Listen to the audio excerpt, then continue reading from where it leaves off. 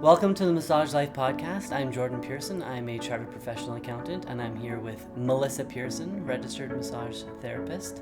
And today we're going to talk about bookkeeping. I have 5 bookkeeping tips that I wanted to share with everyone. But before we get into that, you had a couple things you wanted to talk about.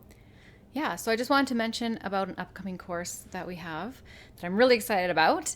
Obviously, Jordan and I run the Online Wellness Institute, and most of our courses are online, as the name might suggest. But ever since the pandemic has ended, a lot of people have expressed interest about getting together again in person, Right. and I've felt that need as well. And so we are actually running an in-person course, which is exciting, and it's going to be in Calgary. So we have a session coming up in September and a session coming up in January. So that's September 2023 and January 2024. And it is called The Art of Mobile Massage. So it's going to be all about setting up your own mobile massage practice and a lot of my tips and tricks for how to make it really successful.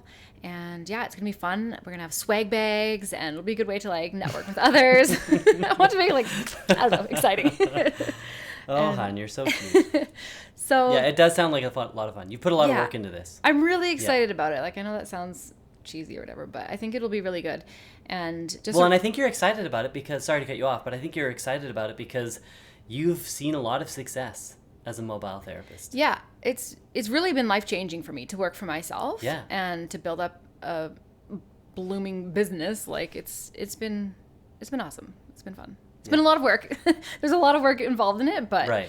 But yeah, it has been successful, and I do get asked a lot of questions from people like, "Wow, what do you do with this? How do you deal with safety? How do you deal with marketing?" And I get asked a lot of questions, and I'm like, "Why don't I just put it all together in one course? Everyone can come together, and we can just map everything out for people. Yeah, we can hang out and just have a good time. Yeah. Yeah, that's awesome. Yeah, so if you're interested in registering, we do have early bird pricing in effect right now, and you can go to onlinewellness.ca to register. Yeah, so we'll put that link in the show notes for you. Yeah. And then the other thing I wanted to make a note about is our last episode. I said something about prenatal massage, and I was talking about how I had this bad experience where the therapist was all freaked out that I was pregnant, even though I let them know ahead of time I was pregnant, but she was totally uncomfortable with the whole thing. And I said, what's the big deal? We all learned prenatal massage in school, so come on. Even you said that in the podcast. In the podcast, yeah, I'm not saying to the this. therapist. Not to the person. I'd be like, What's what's wrong your with you? No, I did not say that. I was thinking it, but no, I did not say that to her. Haven't you learned this? Yeah. And so what was interesting is after that, someone reached out to us via email, and she said that, in fact, she had not learned prenatal massage in school. She said, I thought that was interesting that you were like, well, of course we've all learned this. And she said that in school she was begging her instructors, please, even just 1 hour on it, and they didn't do anything. They didn't do anything. She Even said, after her begging? Yeah, she was like, just teach me the basics. Just teach me, some precautions and contraindications. And they were like, no. 2 years. You go to school for 2 years. Surely you can spend an afternoon on it. Yeah. No. Yeah. Come on. 50% of the population. They just said no? Did they give any sort of justification? Or Maybe, not that you know maybe of, they that did. She therapist didn't tell say. me. Yeah. Yeah. I don't know. Maybe they think it's too advanced. But like I said, we've been in school for so long. So in my mind, that's a huge failure on part of the school. Hopefully that's not the case everywhere. I don't know. I'd be really curious to know. Was prenatal massage a part of your standard training? In my mind, it should be a part of everyone's training. But yeah, so I stand corrected in what I said. Definitely, if it's something that wasn't covered in your course, I would encourage people to take continuing education on that.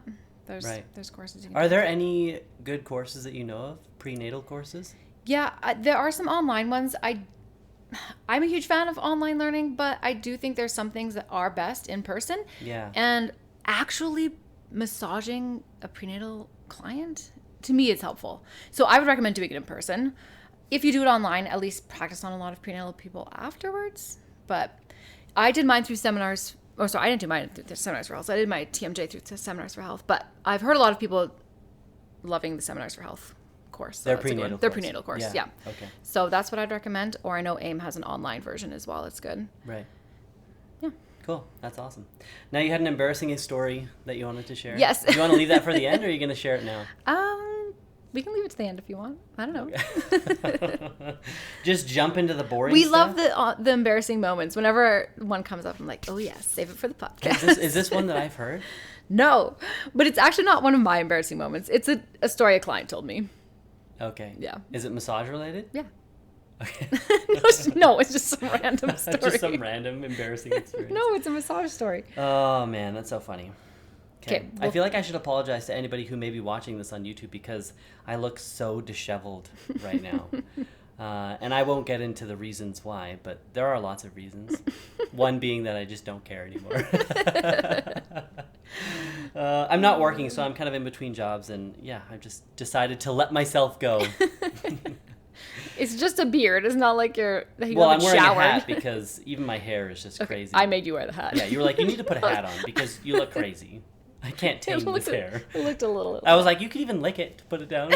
I was trying to flatten it, and you're like, just use spit. And I was like, no, I'd be like, no, I'm I'm not going to we're do not that. cats. I'm not going to lick you. Things are getting weird. I'm sorry. Okay. So we're going to talk about bookkeeping today. Now, obviously, I could spend hours talking about bookkeeping. Please don't. Yeah, I won't. But I have slowly been working on an in-person bookkeeping course, and people know this, and I've apologized before because this was something that I wanted to have ready last fall, and now it's July. And so that obviously didn't happen. And the reason why, I mean, there's lots of reasons. We have a lot of other courses that I've been focused on, and I really want to make this in-person course good. And so I've just, and there's also a fear element as well, right? Like I am really worried about, I don't know, just some of the technical challenges that come with running something like that. And so, Right. anyways, I just need someone to push me over the cliff and just get it done. But today I am going to talk about 5 bookkeeping tips that I think are really beneficial for everyone. So if you're an independent contractor, you obviously need to keep accurate financial records. And so these are 5 things that at a very high level are going to be really helpful for you. And so feel free to interject if there's any comments that you have, or if I say something that doesn't make sense, just help clarify. So the first is to keep personal and business transactions separate. Now that seems pretty obvious, but I know a lot of people who don't do that, right? They're operating as a sole proprietor, and so technically all of their business income that's earned as a sole proprietor is effectively going to be recognized on your personal income tax return. But you do need to, well, you don't need to, but it's highly recommended that you keep those things separate. Right? So having a separate business bank account where all of your business transactions flow through that account, that's so critical. Mm-hmm. And it's critical for a lot of reasons. I think the main reason why is if you're ever audited by the CRA, you have everything in one place, right? You know with confidence that everything that flowed through this account was related to your business, right? It's just kept totally separate. Another reason why it's really good to do it that way is it just makes reconciling your books so much easier. So I reconcile the books for our businesses, so your mobile massage business. I try to do that every Monday. And it's so easy because I can go through all of the transactions that happened that last week, and it just makes reconciling everything easy, right? I look at all the billing that you've done, and I just check everything off, right? And make sure that everything's been accounted for, and it's just so much easier. Now imagine how difficult that would be if everything was through your personal account, right? If you had business and personal stuff in one account, it would be a total nightmare, right? Because now you have to go through every transaction and say, okay, is this a personal transaction or a business transaction? What is this? Right? And it just makes it so confusing. Yeah, and you probably have way more personal expenses than you do business expenses. So Right. it'd be like going through 100 other transactions. Oh, here's one business expense. Right. And I know a lot of people will have a separate business checking account or even a separate personal checking account that they use for business purposes, but just a separate checking account. But then when it comes to any transactions that they make on their credit card, they just have everything kind of smashed together in one. And again, I don't recommend that you do that because it just makes it so much easier, so much harder when you go to reconcile things. And the other thing that's challenging about doing it that way is there may be an expense that you put on your personal visa, and then if you're not able to reconcile your books for 3 weeks, well, you may have forgotten about that expense that you put on your personal visa, and so it's never captured as a write-off in your business. Does that make sense? Right. Whereas if you have all of your business expenses on your business visa, and again, if you're a sole proprietor, it can just be another separate personal visa that you just use for business purposes. Right. And the only thing that goes on that credit card is any transactions related to your business. Right. And I mean, there shouldn't be a ton, right? But it just makes reconciling so much easier. And I remember there was a time when I was super annoyed because you had a personal transaction on your business visa. Okay. And it was like, what is this? Sometimes it's fine. I'm sure that was an accident. I mean, it happens. I mean, I didn't beat you or anything, right? Like, you just didn't talk to me for 5 years. Yeah. You know, I'm a CPA, and I just like things to be organized and clean. And it does. So, like I mentioned before, it's a way for you to audit proof your business, right? Because let's just imagine that the CRA comes and they want to look at your financial records for your business. Well, if you have everything organized and clean, and you can say, okay, here's my business visa, here's my business checking account, everything that has flowed through this account can be tied to, some sort of receipt or invoice, like there's backup for everything. The auditor is going to love you, right? And they're going to be very nice to you. But if you're one of those chaotic people that has everything mixed together in one, the CRA is not going to be kind to you at all, right? Because you're making their job so much harder.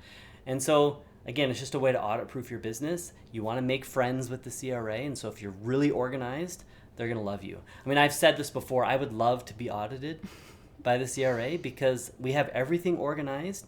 I worked as an auditor, not an auditor for the CRA, but I'm familiar with how the audit process works and what auditors typically look for. And so, anyways, that was a long-winded answer to tip number 1. So keep personal and business transactions separate. Tip number 2 is to keep your receipts, obviously. If you have a business expense, you want to make sure that you save that receipt. The other thing that you should do is write on that receipt so that it's very clear. Now, often it is very clear that it's a massage-related expense. And so I can give you an example. Obviously, if you go to a massage supply store and you buy massage lotion and it says on the receipt, massage lotion, well, I don't think you really need to write on that receipt, like, oh, massage lotion for massage. Like, that's obviously redundant. It's not totally necessary. But I remember you had an expense recently where you bought milk for a spa bath that you had done. And so you look at that receipt, it's like, I mean, this could clearly be a personal expense, right? But I wrote on there, this was milk purchased for a spa bath given on this date, right? So that it's very clear. They can be tied back to that event where you earned business income. It was an expense related to that. Right. So write on your receipts as much as possible. Again, if you go out to dinner, say you go out to dinner with a business coach or whoever, and you're talking about business related things, you should write on that receipt. Well, I had lunch with so-and-so, obviously on the date's already going to be on there, and you can highlight what you talked about, right? This was the purpose for this meeting. So that, again, if the CRA ever asks, you can say, oh yeah, that was my lunch with this person, we talked about this, and that's why it was helpful for my business, right? But if you haven't written that, well, it's just going to be a receipt, right? You can obviously, you'll probably just make up some story, but you want to be honest, right? And you want to be able to say, oh yeah, that was related to this meeting that I had with this person. It's very clear, very, very organized. Right. Anything else you wanted to comment on that while I quickly scan my notes here? And you usually recommend like scanning or digitizing those receipts, right? 'Cause sometimes they fade over time. I'm assuming people know that, but totally, they're like heat sensitive. Right. Fade. Yeah. So I mean, the nice thing about QuickBooks Online, which is what I use for our businesses, is you can just we have the app and you can scan the receipt right away, and then you can review it later. But it's in there, right? Mm-hmm. And then I'll throw away the receipt. I don't ever have to worry about keeping that, which is so nice. I hate having paper, right? Mm-hmm. Let's just digitize everything. You're going to make your life so much easier. Here, I have a question for you. So if someone loses a receipt, which I'm sure I've done over the years, if you lose a receipt, does that mean you lose out on that write-off? What do you generally do? So not technically. What I would do is still write off that expense, right? And you'll need to document it. Say, okay, this is what I purchased. I made this purchase on, this store. This is what I purchased. And then if you're ever audited, the CRA may have an issue with that. But if you've clearly documented, hey, I lost the receipt, I don't know where it went, you could try to get a receipt, like a duplicate receipt from that specific vendor. That's always an option. But I think as long as you document it, for the most part, you should be okay. The other thing I should point out, though, is if you're ever subject to a GST audit, the reason why you need to keep those receipts is for any input tax credits that you've claimed, right? So input tax credits, if you've taken my GST course or if you're a GST registrant, you should know that any GST that you pay on any business expenses can be used to reduce the amount of GST that you have to remit to the CRA, okay? But you're only allowed to claim those input tax credits if you have the receipt from the supplier or the vendor and it has their GST number clearly documented on the receipt, right? Otherwise, if you don't have that, you're not allowed to claim the GST on that expense, right? So that's another reason why it's important to have copies of your receipts documented in your financial records. Right. Okay. My third tip is to pay yourself a fixed amount. This is just a good way to manage cash flow. So if you look at how much you're making, over a weekly period or a 2-week period, you need to carve out money that you have to pay to the CRA, so income tax, and then also you should take into account any GST that you're eventually going to have to remit to the CRA.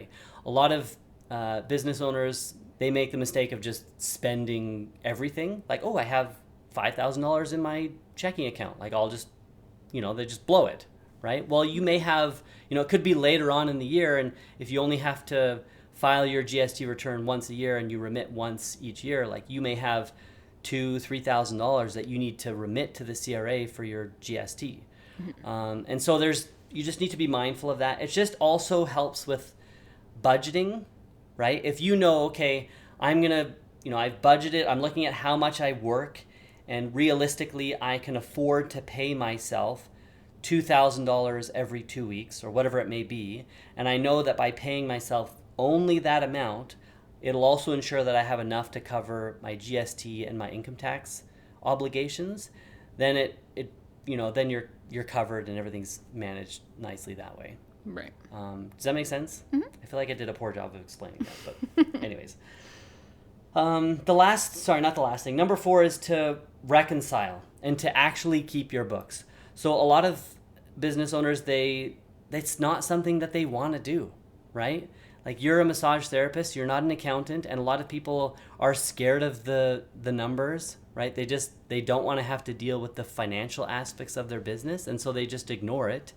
And I mean, the sad truth is you can't ignore it forever. Mm-hmm. Like, eventually you're going to have to deal with it. Right. And it's better to deal with it in a way that's manageable. And so what I like to do, I call it my Money Mondays, right? On Monday, I sit down and I update all of the financial records for our various businesses, right? And it's so much easier to manage it that way because, you're typically doing, 13 to 15 massages a week, sometimes more. And you maybe have a few expenses, maybe sometimes you don't have any, right? But it's easy to be able to look at, 15 to 20 transactions over that 1 week period and have everything reconciled in my books, accounted for in my books, and everything's up to date, as opposed to only doing it, once a quarter or even once a year. Like, it'd be hundreds or thousands of transactions, right? It can be incredibly overwhelming. Another reason why you should do it at least on a weekly basis, in my mind, is because it allows you to stay on top of any errors that you might encounter. So let's say and this has happened to us before, let's say you treat a client and then you direct bill, but you actually forget to submit it. And so you have an invoice saying that you've, treated this client and it was processed through Manulife, but you actually forgot to make that submission to Manulife. And so the money never came in, and now it's like, 6 months later and you're like, hey, I never got paid for this invoice because I forgot to submit it. Like, and those portals have time limits. It's usually 30 days. And so if you miss that deadline, now you're gonna have to go back to the client and say, I missed I missed the time frame to submit this. Yeah, and it's just awkward. Yeah, Right. they have to submit it themselves, and you have to Right. collect payment from them. Yeah, and it just makes you look disorganized, and that you. For the record, I never did that, leaving something for 6 months. You said we did this. No, but you had. I did have a weird experience once where the insurance company paid the client instead of me, or something weird like that. And it had been maybe a month and a half, 2 months. And I did have to go back to the client, and it was uncomfortable because they were kind of a crazy client anyways. And so it was awkward. And they like didn't pay me for a while. I had to hound them a few times, and finally they did pay me. But yeah. Right. Well, it's just the reason, again, at a high level, the reason why you should reconcile is it just allows you to be able to capture any errors and to be able to deal with them when it's fresh in your mind. Yeah. Because sometimes it even takes a while. You're like, wait, why don't I have this money? What's going, who even is that client? What happened here? Yeah, what's like the best example I can think of is the one that happened this last week. What was that? So you remember I had reconciled everything, and there was a reimbursement or a payment from Manulife that had come in. It was like $75, $125, I can't remember. yeah. There was money that had come in from Manulife, but I had no invoice for it. Right. Right? And so I was like who is this for? Because I need to, like in QuickBooks, I export all of the invoices from Jane, and then I upload it to QuickBooks.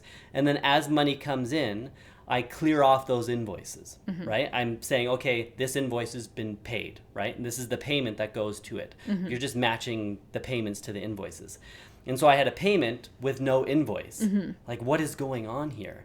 And so after some investigative work on your end, and to some degree on my part, we were able to see that, okay, there was an invoice in Jane, but you had created it after I had done the export for that specific time period. And so it was never uploaded into QuickBooks. Right. It did exist in Jane. It did exist in Jane. Yeah. Right. And so how we were able to figure that out was, for me, is I did a year-to-date total in Jane. Like, okay, what's my revenue in Jane for the year, and what's my revenue in QuickBooks for the year, and it should be exactly the same, right? Based on how I've categorized it, and it was off by exactly what that amount was. About $75, Yeah, so we were able to quickly figure out which invoice it was. I uploaded it, and it was fine. Right. But think about how much of a pain that would have been if it was, 6 months down the road. You're like, what? No, because even you said $75. I was like, that rings a bell, and I was able to find out what client it was for, and we figured it out quickly. Whereas if it had been too far in the future, I think I would have been confused. In fact, I was kind of close to calling Manulife and being like, you sent me money. Because when Manulife sends you the payment email, it doesn't say who the client is for. Right. And so I was like, who is this even for? It has a treatment. It has a submission date, but there's sometimes when I don't submit it right away. I don't know. It was just confusing. And so I was about to call Manulife, but because it was, not too far away from the time that it was easier to deal with it because it was fresh. Yeah. Right. Totally. It kind of, this idea reminds me of a conversation I had with someone else today about cleaning the kitchen. So today I was talking to someone, and they said, I cannot go to bed if the kitchen isn't clean. And she said the exact same thing. It has to be done eventually, right? You said this accounting, the bookkeeping, the reconciling has to be done at some point. And so if you do it right away, it's so much easier. Same with the dishes in the sink. Those need to be washed eventually. So why not do them in the evening? Well, it's just fresh and you can do it right away. If you're going to leave it until the morning, all the food's going to be caked on. It's going to take you twice as long anyways. And you have other things you need to do the next day. It's not going to be any easier the next day. Just do it now. Right. So same thing. just get it done. Get it done. Right. Get it done. When it's easier to manage and you just have a couple things to look at. And the dishes haven't piled up. Yeah. And it works on the expense side as well, right? Especially if you have a lot of expenses for your business, when you're looking at a 1 week period, it's just a way for you to be able to, easily manage, okay, what were my expenses this last week, right? And just make sure that you have everything tracked and ticked off. Right. Okay. The last thing is really simple. Use accounting software and digitize as much as you can, right?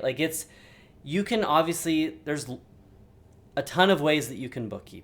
Right? You can do it by hand if you want, right? That was a thing not that long ago, before the age of computers. I've worked with some partners at these accounting firms where they had to take their accounting exams with pencil and paper, and Excel wasn't even really a thing, and they had paper ledger books. Oh my gosh. You can do it that way if you want, right? But it's so much easier if you just digitize everything. If you're using a program like QuickBooks Online is great. I love it. It's perfect for small businesses. Xero is another one, so Xero. Those ones cost money. They are really good though. Wave is a free option. There's a lot of things I don't like about Wave, and so I mean, it is what it is.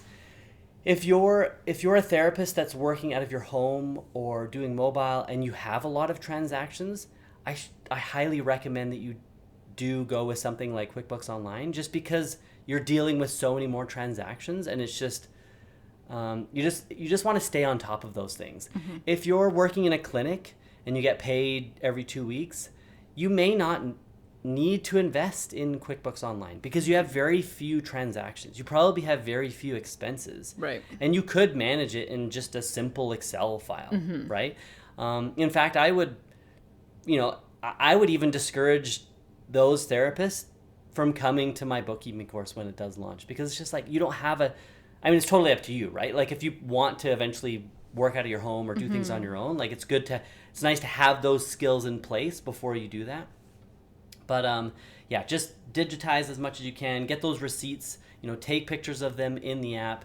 It's just so much easier to manage things that way. Right. Okay. Would you ever recommend that people hire a bookkeeper if they're just not interested in doing any of this? Hire someone to do it? Yeah, it is an option, right? So, and in fact, I've referred some people to Jensen CPA, and he does the bookkeeping for some of the therapists that I know, and that arrangement works out well for them. At the same time, though, you still want to have eyes on your financial records. Mm-hmm. I don't think that you can just pass off 100%, right? Like you just do the work and you're just like, okay, you just deal with everything, right? You're still going to have to scan receipts. You're still going to have to, to some degree, provide your accountant with invoices so that they can reconcile invoices and payments that come in. Like you can't ignore it 100%, mm-hmm. right? There's stuff that's going to be lost, right? The account, and I get that. Even, I do the bookkeeping for your business, mm-hmm. right? And really you don't have eyes on things too much, but when I run into a problem, like I have to bring you into it, mm-hmm. right? And we have to troubleshoot these problems together. It doesn't happen mm-hmm. very often, but it does happen. And so, whereas I know some bookkeepers, they're just like, okay, they just operate on a cash basis. They're like, okay, this much cash came into your business checking account. That's your income. Great. Well, that's not, again, you're not really audit proofing your business, right? Because the CRA, if they want to see income, they're like, okay, you have this invoice, like let's tie that to cash, right? If you have everything reconciled nicely in your financial records, it's just, I don't know, it's just so much nicer and cleaner. Right. So I don't know. It can be quite expensive, right? I know a lot of bookkeepers, depending on the volume of your business, they'll charge anywhere from $100 to $200 a month mm-hmm. to manage the books for your business. So ask yourself if that's worth it. It might be. Right. I don't know. So, and for some people, these kinds of things just really stress them out. Right. It's not something that they can deal with. It just gives them too much anxiety, and yeah, I don't know. Okay. So those are my tips. So I'll just do a quick recap. So number 1, keep personal and business transactions separate. Number 2, keep your receipts and write on them.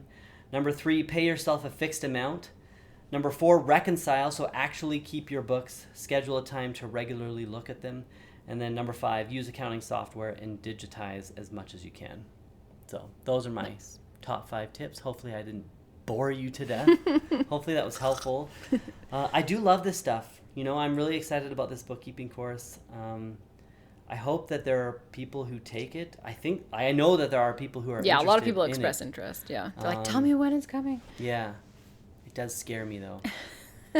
Yeah, it scares me because I think that I know that I'm good at teaching this stuff. Right. Right? And I'm capable of being patient. But sometimes it's hard when I just I know that for some people it's just not for them. You know what I mean? It doesn't click for them. It doesn't click for them. Like for some people they're just not numbers people, and it just doesn't click. Now at the same time, I'm convinced enough that it's easy enough that anybody can do it. Right. Right? It's like not rocket science, Yeah, it's not rocket science. Like I believe that and I'm trying to just really not dumb it down, but keep it to the basics. Keep it simple. Yeah. Right? Because even if you look at QuickBooks Online, there's a lot of stuff in there that can be really overwhelming to people. And if you just like log in, you're like, what's all this stuff? It's like, well, you can ignore a lot of this stuff. Yeah. Let's just focus on the main things that you need to know, right? And I'll help you become masters of those things, and then we can kind of grow from there. Right. Right. Anyways, I will stop. I've been talking too much. Okay, I want to hear your embarrassing experience. Okay. Well, it's not my experience. I will share with you my client's experience. Okay. So she was telling me that she was getting a massage, and I think it was in this massage therapist's home. She said it was several years ago, and it was middle of summer, sweltering hot, and this therapist did not have air conditioning in her home. Okay. And so she's getting the massage, and she's feeling this dripping on her back. And she was like, oh, is that like, she's thinking, is that extra oil? What's going on? Oh, no. Then it clicks. It's sweat dripping from the therapist onto her back. Oh, no. And then the therapist going, oh, just mix that in there. And she's rubbing it into her back. I think the therapist saw that she was dripping sweat on her. And she said, I'm just going to mix that in there? She said like, oh, we'll just put on some more lotion here or something. She kept rubbing it in. And it kept dripping? Like yes! She could feel it? Yes. Oh, no. Yeah, she said it was so bad she couldn't go back. Yeah. She said, maybe get a fan or something in here. That's crazy. Yeah. At the very least, don't say anything. Yeah. She said she didn't acknowledge like, she didn't say, I am sweating on you. But right. Yeah. It was like the therapist obviously recognized that was happening. Has that ever happened to you? No. I mean, it is tricky with mobile massage because sometimes people don't have air conditioning. And so sometimes it's really hot. It was really hard over COVID when I had to wear a mask. Yeah. And then I'd get like the upper lip sweat. It was so, and they're like dripping to your mouth. So, but it was kind of nice because then the mask would keep it off, the client at least. Yeah. But sometimes it was really challenging. Sometimes clients would have a fan in the room, so that was helpful. But yeah, sometimes you just had to deal with it. I never dripped sweat on people. I'm not that gross. Man, that's brutal. Yeah. So I guess make sure your room is comfortable. Open a window or something. Yeah, get a towel. Right? We just got air conditioning a few weeks ago, and it is glorious. Like, it would make having a home office much more reasonable. Because in the summer it's tricky. Yeah. The air conditioning is nice. It is. Yeah, we're just cooking the planet, but at least we're cool. Don't judge us. Okay. Anything else? No. Do you have anything? No, just pitching the discount code. So if you need any online courses, you can use the code podcast to get 10% off. Oh. And if you have any feedback on this episode, any other bookkeeping tips or challenges that you wanted to talk about, or horror experiences that you've had, sweating on people or spitting on people. Spitting on people. Well, that happened to me today. I was having a conversation. Yeah, it was the worst. I was having a conversation with someone, and they're on the tail end of this like really bad virus. It's like a 6-week virus, and so I asked. I was like, "Oh, are you still contagious?" And he's like, "No, I'm good now." Yeah, usually that long you're not. And then we were having a conversation, and he spat while he was talking, and it like landed on my upper lip, and it was like, oh no, I'm gonna die. Anyway, so if I that happened to me once too, where someone was talking kind of close to me, and spit flew out of his mouth, and it was like a chunk of something, and it landed on my cheek, and he noticed it. Like food? Yes, like just like a little piece. I don't know what it was. Like a carrot? Like a full carrot. Like a croissant just hits you in the face. Like, oh, thanks for the snack. No, like a little bit of something, and it stuck onto my cheek, and then he noticed it, and he was like, oh, sorry, and I was like, oh, but I didn't want to brush it off and touch it, right? Because then I'm touching it. So he went to go touch it, but then he was like, maybe this is weird if I'm like brushing this lady's cheek, right? We weren't was this someone that you knew? Yeah, but we weren't like really close or anything. We weren't buddies or, So was it family or friend? No, just a friend at church. I have to ask you more about this after the episode. And then he was like, oh, sorry, let me, and he's like just about to touch my cheek, but he's hesitated, and so we were just standing there like looking at each other like, what do we do right now? So I brushed it off. I was like, it's fine. And then now I have the bit of food on my hand. So I like wipe it off on my leg or something. It was so bad. And he was red and I was red. And I don't know why it was so, it's just like, whatever. It's not really the end of the world. But for something about it was just bad. I just wanted to like crawl under the carpet. But I think he wanted to crawl under the carpet more than I did. Oh, yes. Yes. I'm sure he still has moments where he thinks about that experience and he's just like, he talks about it on his podcast. Yeah, he has definitely had this conversation with his therapist, no question, right? Or he has curled up in a fetal position and just like slowly rocked himself to sleep. Like, what have I done? What have I done? When did this happen? Oh, years ago. I think it was like before we had kids. Oh my goodness. Do you ever see this person? No. Oh, I wonder what he's doing. I don't even remember his name. Oh my gosh, that was amazing. I'm sorry I clapped. That's going to be a loud pop, but I feel like it was worth it.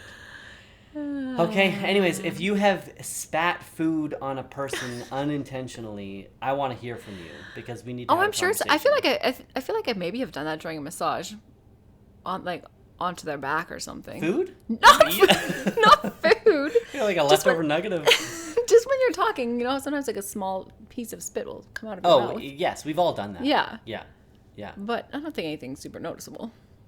Right. And again, that was also a nice thing over COVID when you had to wear a mask. What are your spit bits getting on me? Yeah. Bring back the masks. JK, no. Oh, man. That's so funny. Okay.